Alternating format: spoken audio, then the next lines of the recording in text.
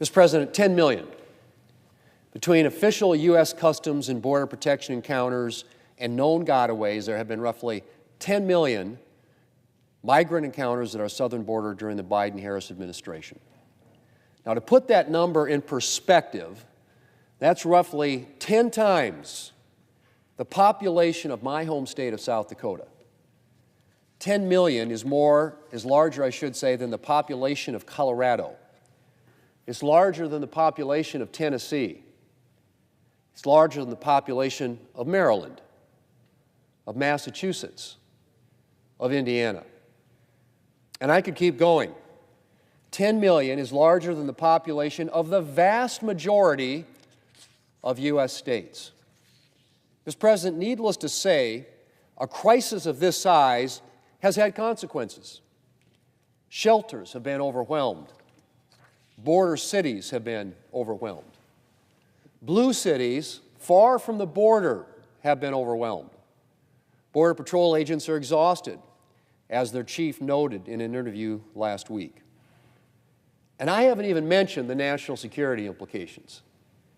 There is no question that the chaos at our southern border represents a serious security risk for our country.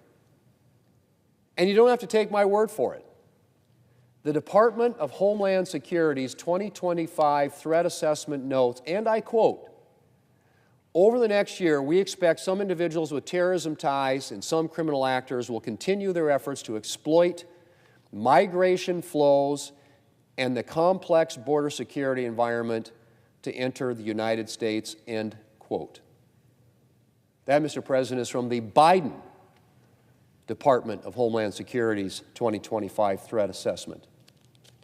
The June arrest of 8 Tajikistan nationals with suspected ties to ISIS who had illegally entered the country, as well as the identification of more than 400 migrants who used an ISIS-affiliated smuggling network to enter the United States, are just two examples of the kind of threats that we face. And then there's the fact that chaos at the border creates opportunities for cross-border illegal activity, like the deadly trade in fentanyl, which affects communities around our country.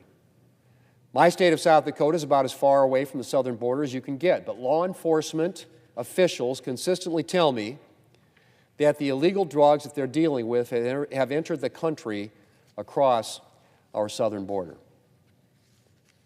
Mr. President, 4 years of record-breaking illegal immigration at our southern border under the Biden-Harris administration.